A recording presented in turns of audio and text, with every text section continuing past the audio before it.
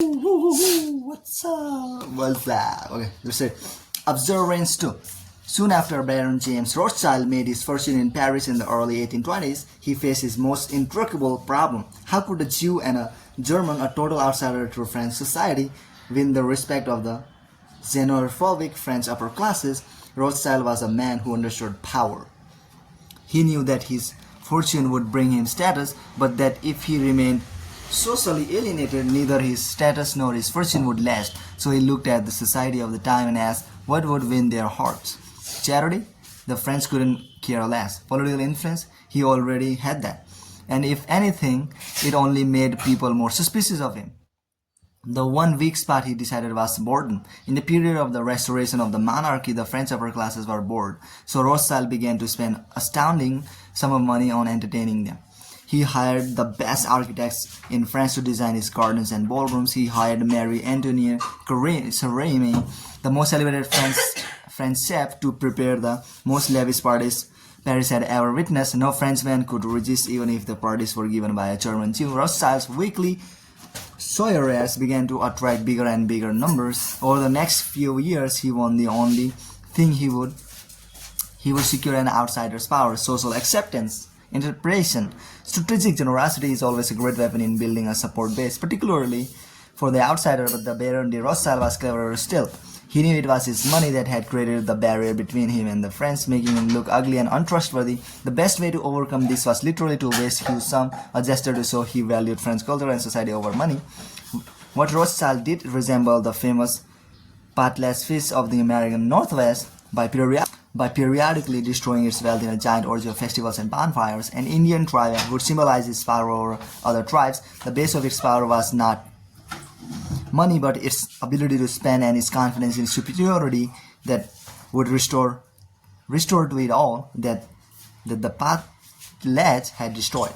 In the end, the Baron's soirees reflected his desire to mingle not just in France's business world, but in his society. By wasting money on his Pathlets, he hoped to demonstrate that his power went beyond money into the more precious realm of culture. Rothschild may have won social acceptance by spending money, but the support base he gained was one that money alone could not buy. To secure his fortune, he had to waste it.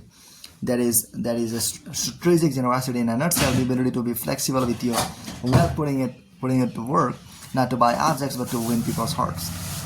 Observance third. The Medicis of Renaissance, Florence had built their immense power on the fortune they had made in banking, but in Florence, centuries old republic, that it was the idea that money brought power went against all the city's proud democratic values.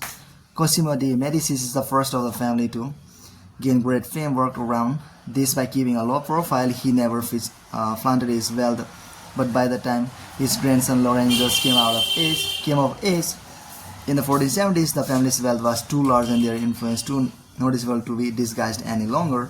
Lorenzo solved the problem in his own way by developing the strategy of distraction that has served people of wealth ever since. He became the most illustrious patron of the arts and history has ever known. Not only did he spend lavishly on paintings, he created Italy's finest apprentice school for young artists. It was in one of these schools that the young Michelangelo first caught the attention of Lorenzo, who invited the artist to come and live in his house. He did the same with Leonardo da Vinci. Once under his wing, Michelangelo and Leonardo requited his generosity by becoming loyal artists in his stable.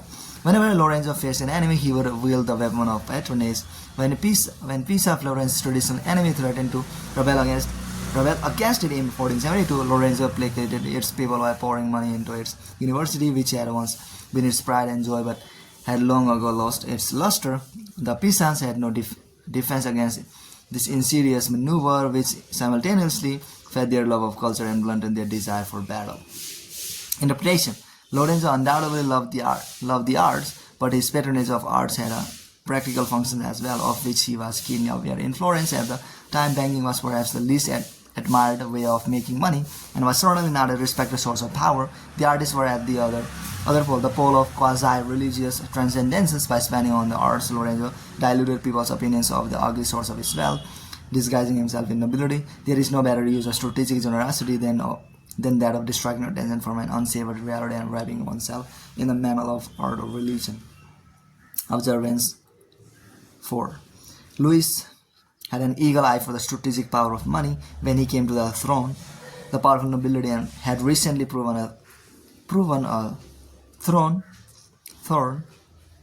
thorn in the monarchy's side and seethed with rebelliousness, so he improvised these aristocrats by making them spend enormous sums on maintaining their position in the court, making them dependent on royal largesses for their livelihood.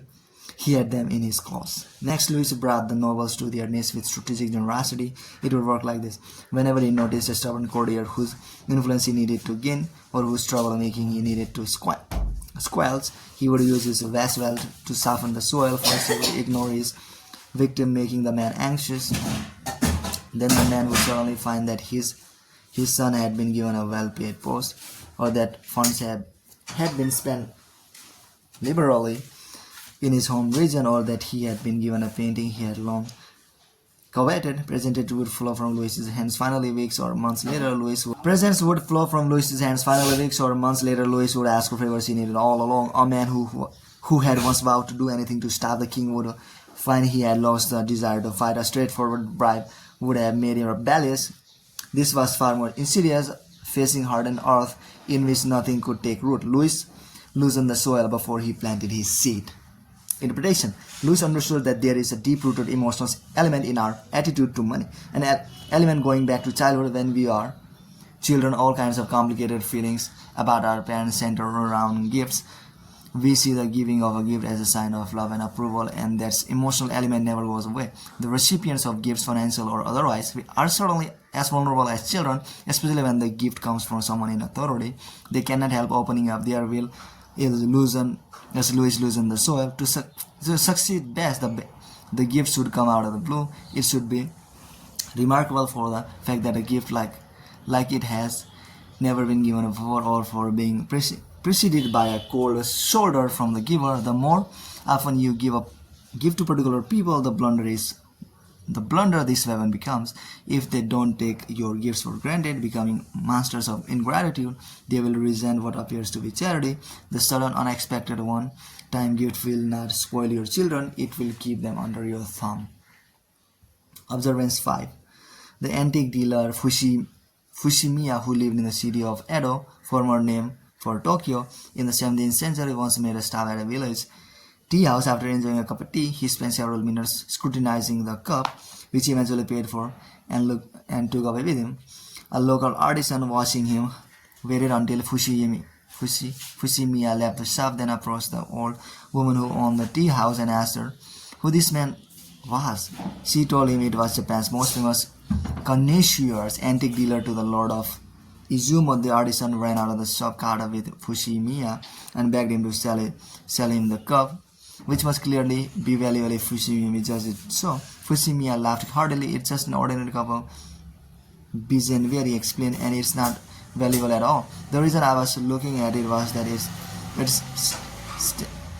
its steam seemed so hang about strangely, and I wondered if there wasn't a leak somewhere. Devotees of the tea ceremony were interested in any odd or accidental beauty in nature. Since the artisan still seemed so excited about it, Fushimiya gave him the cup for free. The artisan took the cup around trying to find an expert who would appraise it at a high price, but since all of them recognized it as an ordinary cup, he got nowhere. Soon he was neglecting his own business, thinking only of the cup and the fortune it could bring. Finally, he went to Edo to talk to Fushimiya at his shop. There, the dealer, realizing that he had inadvertently caused this man pain by making him believe the cup had great worth, paid him 100 real gold pieces for the cup as a kindness. The cup was indeed mediocre, but he wanted to rid the artisan of his obsession while also allowing him to feel that his effort had not been wasted. The artisan thanked him and went on his way. Soon word spread of Fushimiya's purchase of the teacup. Every dealer in Japan clamored for him to sell it. Since the cup he had brought for 100 real must be worth much more, he tried to explain the circumstances in which he had bought the cup. He had bought the cup, but the dealers could not be dissuaded. Fushimiya finally relented and put the cup for sale. During the auction, two buyers simultaneously bid 200 real for the teacup and then began to fight over who had bid first. Their fighting tipped over a table and the teacup fell to the ground and broke into several pieces. The auction was clearly over. Fushimiya glued an abandoned the cup, then stored it away, thinking the affair finished. Okay, guys, bye.